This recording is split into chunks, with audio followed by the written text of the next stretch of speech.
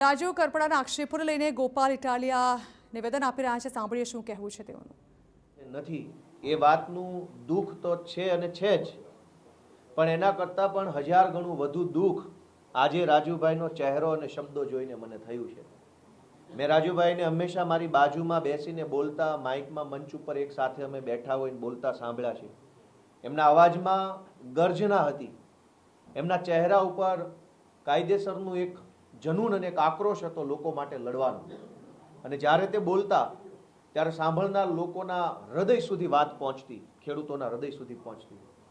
પણ આજે તેઓ જે બોલતા હતા એ શબ્દો એમના હૃદયમાંથી નહીં, સ્ક્રિપ્ટમાંથી આવતા હોય એ પ્રકારના શબ્દો હતા. જે શબ્દોમાં કોઈ દમ નહોતો, વજન નહોતો, એ શબ્દોમાં કોઈ તાકાત નહોતી.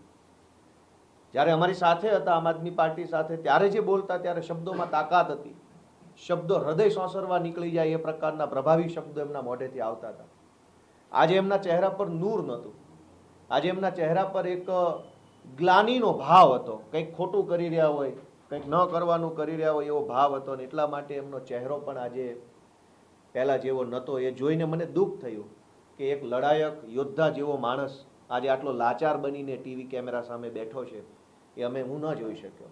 એટલે મેં આખી પ્રેસ કોન્ફરન્સ જોવાનું પણ ટાળ્યું કે હું રાજુભાઈને લાચાર નજરમાં નહીં જોઈ શકું, ડરેલા નહીં જોઈ શકું. હું રાજુભાઈને મેં હંમેશા એક નીડર માણસ તરીકે જોયા છે.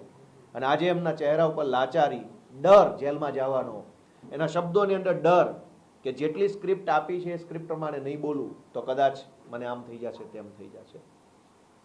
રાજુભાઈએ ખૂબ બધા રાજકીય પ્રકારના આરોપો, આક્ષેપો અમારી પાર્ટી ઉપર, કડદાકાંડને લઈને બનેલી ઘટના ઉપર બધું જ કર્યું. પણ એમણે એક વાત ગુજરાતની જનતાથી છુપાવી, જે વાત હું તમારા સુધી મૂકવા માંગુ છું કે રાજુભાઈ આવું પગલું કેમ ભરવું પડ્યું. કારણ કે એમના ઉપર કુલ 3 કેસો છે. 2022ની વિધાનસભાની ચૂંટણીમાં એફિડેવિટ કર્યું, એમાં એમણે 3 કેસોનો ઉલ્લેખ કર્યો છે.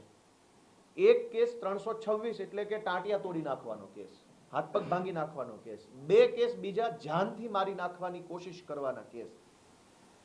જે ટાંટિયા તોડવાનો કેસ છે એ કેસમાં એમને 2022ની ચૂંટણી પછી 5 વર્ષની સજા પડી ચૂકી છે.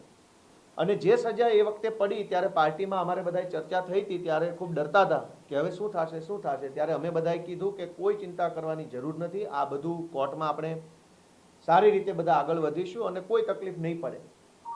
અને બાકીના જે 2 અલગ અલગ કેસ, 307ના 2 કેસ, એ બંને કેસોમાં રાજુભાઈની આજે કોર્ટની અંદર, સુરેન્દ્રનગરની કોર્ટમાં મુદત છે. હું પુરાવો સાથે લઈને આવ્યો છું. રાજુભાઈ ઉપર જાનથી મારી નાખવાની કોશિશ કરવાના 2 કેસો છે. બંને કેસમાં સુરેન્દ્રનગરમાં આજે જ તારીખ છે, 12મી ફેબ્રુઆરીના રોજની તારીખ આજે કોર્ટમાં છે. અને કોર્ટમાં શું થવાનું હતું આજે અહીંયા લખ્યું છે, ફાઇનલ આર્ગ્યુમેન્ટ, આખરી નિર્ણય આજે સુરેન્દ્રનગરની સેશન્સ કોર્ટમાં 12મી ફેબ્રુઆરીએ રાજુભાઈ કરપડા, જો અહીંયા આરોપીના નામ લખ્યા છે, ભૂપતભાઈ જીલુભાઈ, ઓરુભાઈ જીલુભાઈ, રાજુભાઈ મેરમભાઈ કરપડા, બાવકુભાઈ અને રામકુભાઈ, આ 5 આરોપી ઉપર જે કેસ છે એ કેસનું સુરેન્દ્રનગરની અદાલતમાં આજે આખરી નિર્ણય થવાનો હતો.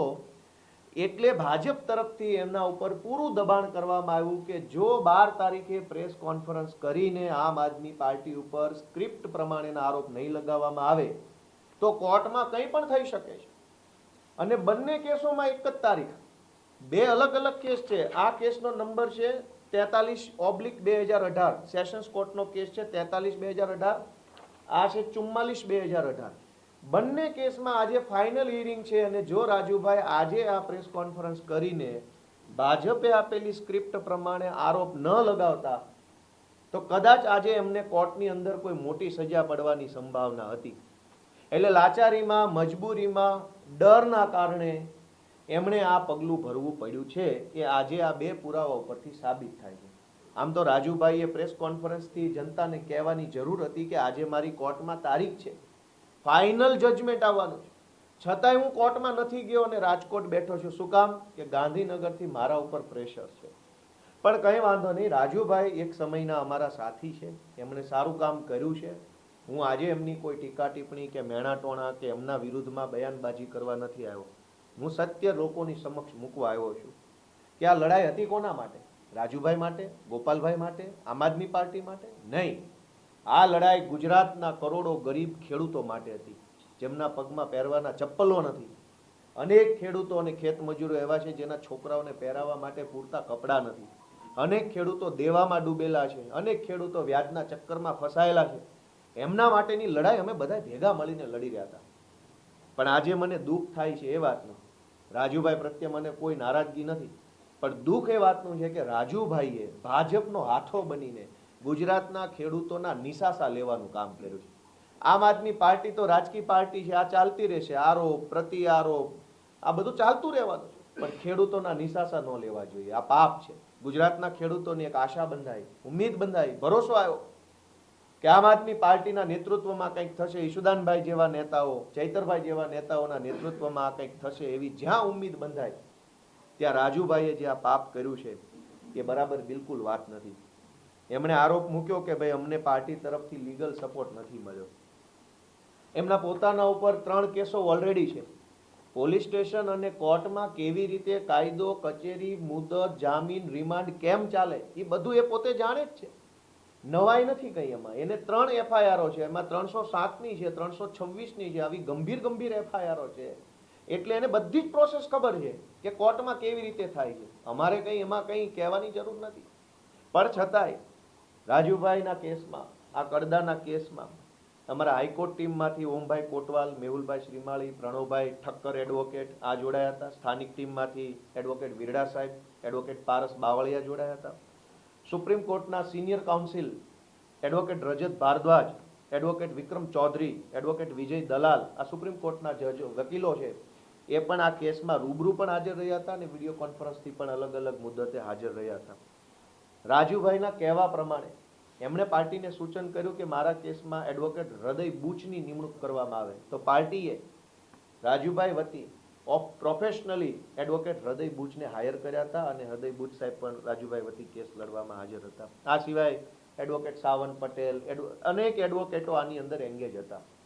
પણ લીગલ મેટરની એક મર્યાદા છે કે પોલીસ એફિડેવિટ આપશે કોર્ટમાં તો જ સુનાવણી થશે. દુનિયાનો સારામાં સારો વકીલ આવી અને કોર્ટમાં ઊભા રહી જાય, પણ પોલીસ આવી એફિડેવિટ રજૂ ન કરે તો સુનાવણી નથી થતી. એ વાત રાજુભાઈ પણ જાણે છે.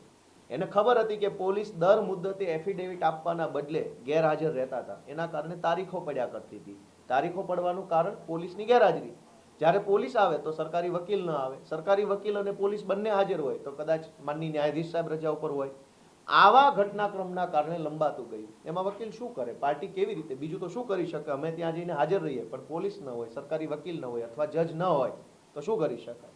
એટલે આવા બેબુનિયાદ આરોપ રાજુભાઈએ લગાવ્યા એ એમની મજબૂરી છે. જેલમાં જવાથી બચવા માટે થઈ એમણે ખેડૂત આંદોલનની બલી ચડાવી દીધી. આવું ન કરવું જોઈએ, આ પાપ છે.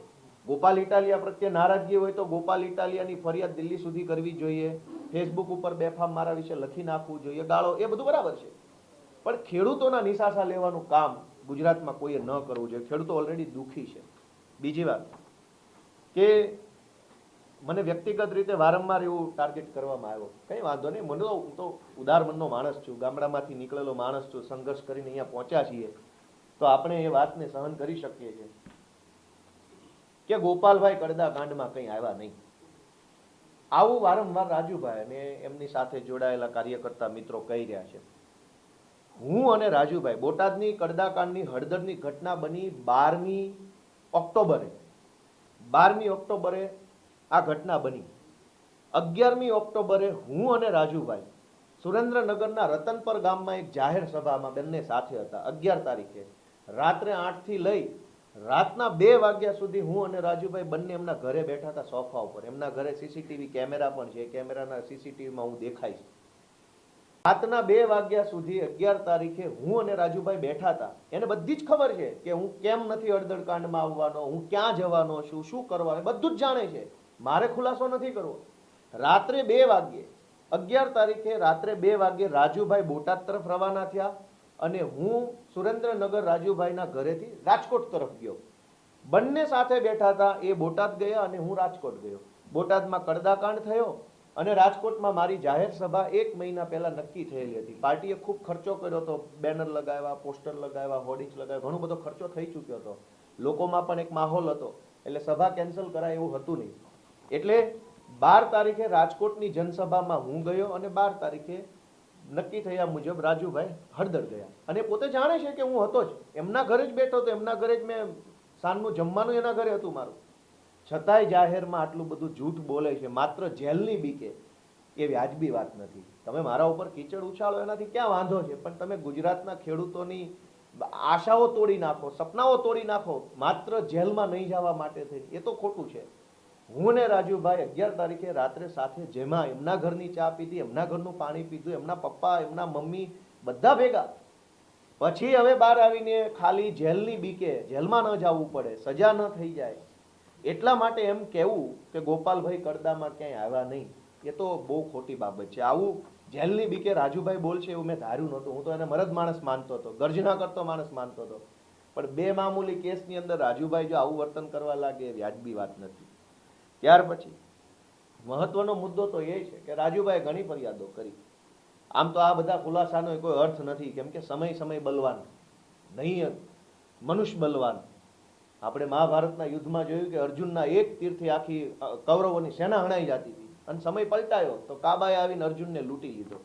રાજુભાઈ કે ગોપાલ ઇટાલિયા મહાન નથી, સમય મહાન છે. આ ગુજરાતના કરોડો લોકોએ આમ આદમી પાર્ટીને પ્રેમ આપીને પાર્ટી મોટી બનાવી છે. કોઈ એક વ્યક્તિથી કાંઈ થતું નથી, ગોપાલભાઈથી ના થાય, પ્રવીણભાઈથી ના થાય.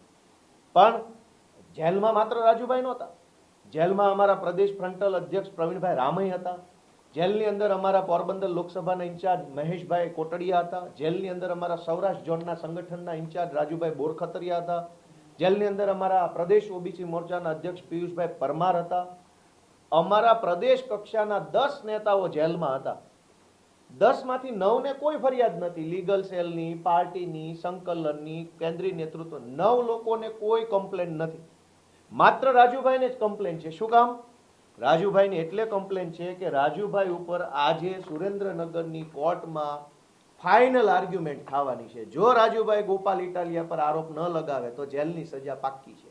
મંડપ, ચા, નાસ્તો, વાહનો, રાજુભાઈ માટે કરોડોનો ખર્ચો કર્યા પછી આજ માત્ર જેલમાં ન જવું પડે એટલા માટે આટલી મોટી પાર્ટીએ જે પ્રયત્ન કર્યો એ પ્રયત્ન ઉપર કીચડ ઉછાળવાનું કામ રાજુભાઈ જેવા માણસને શોભે નહીં. અમે તો માનતા હતા કે આ મરદ માણસ છે, એક નીડર માણસ છે, અમને તો એમ હતું કે આ લડાયક માણસ છે, ખૂબ આગળ જશે, પણ અમને એવી નથી ખબર કે આટલું હળાહળ જૂઠ બોલશે. આમ આદમી પાર્ટીએ કુલ 8 જેટલી કિસાન મહાપંચાયતો રાજુભાઈના સમર્થનમાં કરી. એમાં સુરેન્દ્રનગરમાં 31 ઓક્ટોબરે, ખંભાળિયામાં 9મી નવેમ્બરે, તાલાળા ગીરમાં 11 નવેમ્બર, વ્યારામાં 23 નવેમ્બર, આંકલાવમાં 29 નવેમ્બર, પાલનપુરમાં 30 નવેમ્બર, અમરેલીમાં 7 ડિસેમ્બર અને રાપરમાં 14 ડિસેમ્બર. આટલી જનસભાઓ રાજુભાઈના સમર્થનમાં પાર્ટીએ કરી. પાર્ટીએ ખૂબ બધો ખર્ચો કર્યો, માઇક, મંડપ, ખુરશી, ચા, નાસ્તો, કેમેરા, બધા પાછળ ખર્ચો કર્યો. શું કામ? કે રાજુભાઈના નેતૃત્વમાં ગુજરાતના ખેડૂતોની જે લડાઈ ચાલે છે એ લડાઈ ગુજરાતના જન સુધી પહોંચે એ માટે અમે બધાએ પ્રયત્ન કર્યો.